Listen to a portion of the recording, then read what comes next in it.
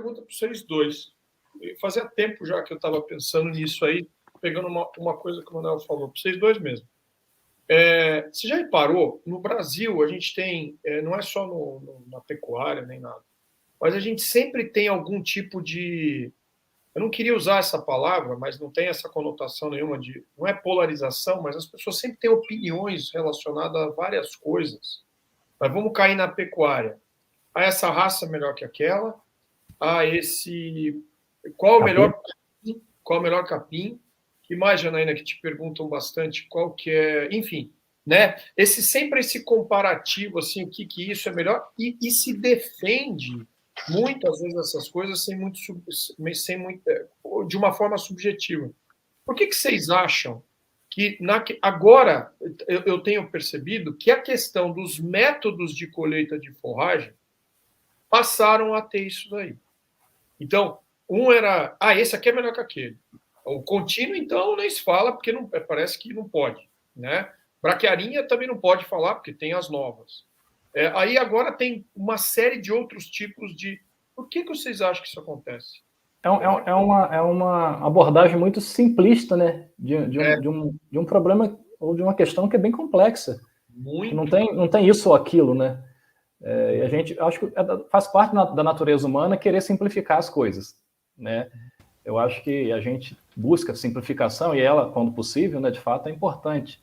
Só que tem cenários, tem situações que exigem-se uma análise mais complexa para que a gente tenha uma resposta, uma tomada de decisão mais adequada, correta. E, por exemplo, isso acontece com os tipos tipos de pastejo, né, contínuo e rotativo. Não tem um melhor do que o outro, né?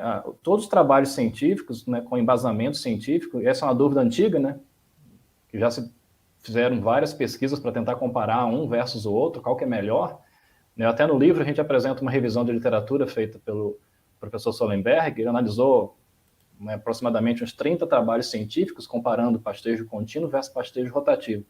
Em aproximadamente 70% dos trabalhos na ciência científicos, não teve diferença entre os métodos de lotação, contínuo versus rotativo, né?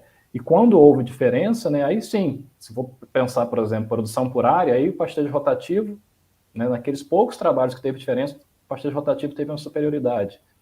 Para desempenho animal, já aí a lotação contínua, pastejo contínuo que teve superioridade, né? Então, mas grosso modo, os métodos de pastejo não são, do ponto de vista científico, não há um melhor do que o outro, um superior ao outro, né? Eles têm características específicas que eu acho que têm que ser analisadas para você poder adequar aquele método de pastejo que é mais adequado para cada pastagem que você tem na fazenda. Até porque uma fazenda tem vários tipos de pastagens. Os métodos não são excludentes, ou uso um ou uso outro. Não é isso, né? Como se leva a crer, às vezes, nesse tipo de pergunta, né? Qual é melhor? Você pode usar pastejo contínuo, pode fazer pastejo diferido, pode trabalhar com pastejo alternado, pastejo rotativo clássico, tradicional, tudo na mesma fazenda. Você pode direcionar cada uma dessas modalidades ou tipos de pastejo para cada pastagem que a gente tem na fazenda, né? Afinal de contas, a fazenda ela é constituída por vários tipos de pastagens diferentes que exigem manejos do pastejo, às vezes, também diferentes, né? Forma de colher, né, o capim produzido de forma diferente. Aí você usa essas ferramentas. Sabe o que eu vejo? Eu vejo assim, ó, do ponto de vista de fisiologia, é o que esses trabalhos estão tratando. Então, fisiologia da planta, né, hábito de crescimento, morfogênese, não sei o quê, e o desempenho dos animais. É isso que a gente está compilando, é esse dado que você está falando, né? Mas o pessoal tem que se dar conta o seguinte, o que você acha disso? O pastejo rotacionado, a grande impacto é que você consegue manejar pasto já é difícil. O contínuo é, para mim, a categoria mais difícil que tem, na minha opinião. O rotacionado, ele, na verdade, ele organiza a tua visão do manejo do pasto, né? Então, é fácil, numa área menor, você ver a entrada, você vê a saída, você vê os animais e vê o próximo. Então, o pastejo rotacionado organiza a fazenda do ponto de vista do cara começar a perceber as diferenças entre os piquetes. Você não acha isso? Sim. É tanto ponto que a gente pode discutir. Por exemplo, né, eu falei que na pesquisa não se tem, né, diferença entre os tipos de pastejo, contínuo versus rotativo. Mas em pesquisa, Felipe, a gente faz os trabalhos em pequena escala, em áreas de pastagens pequenas. Sim. Né? E aí, quando a gente está com áreas menores, né, como em condições de pesquisa, a movimentação, a organização do pastejo, de certa forma, ela é melhor, mesmo em pastejo contínuo. Porque o animal fica melhor distribuído na área da pastagem, porque é uma área pequena.